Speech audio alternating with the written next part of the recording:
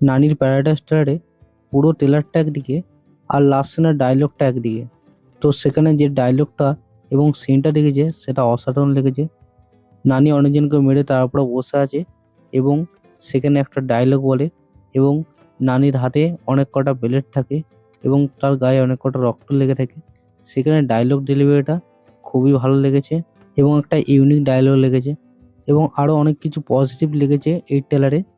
যেমন এই ট্রেলারের কাট, তো এই ট্রেলারের কাট খুবই ভালো লেগেছে এবং কিছু অ্যাকশন দৃশ্য দেখেছে সেগুলো খুবই ভালো লাগছে দেখতে।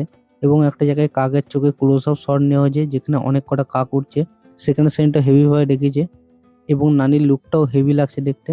এবং আমি হিন্দি ট্রেলার ও তেলেগু ট্রেলার দুটোই দেখেছি। তো আমার তেলেগু ট্রেলারটা বেশি ভালো লেগেছে কারণ সেখানে যে ভয়েসটা আছে সেখানে নানি খুবই ভালোভাবে দিয়েছে।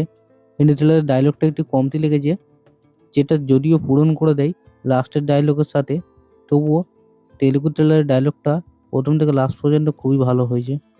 এবং আরেকটা ভালো দিক আছে যে এখানে ট্রেলার কাটটা এমন করেছে যেখানে গল্প রিভিল হয় না গো, সেই জিনিসটাও ভালো করেছে। এই গল্প এখনো পর্যন্ত বুঝতে পারিনি যে কেমন গল্প হবে। তো পুরো ট্রেলারটা অ্যাভারেজ মনে হলেও কিন্তু লাস্টের যে নানি ডায়লগটা আছে সেইখানে ট্রেলারটা আরো অসাধারণ করে তোলে। তো আমার ট্রেলারটা ভালোই লেগেছে। আপনাদের কেমন লেগেছে কমেন্টে লিখুন। আর এরকমই রিভিউ পেতে চ্যানেলটি সাবস্ক্রাইব করতে ভুলবেন না। দেখা হচ্ছে পরের ভিডিও।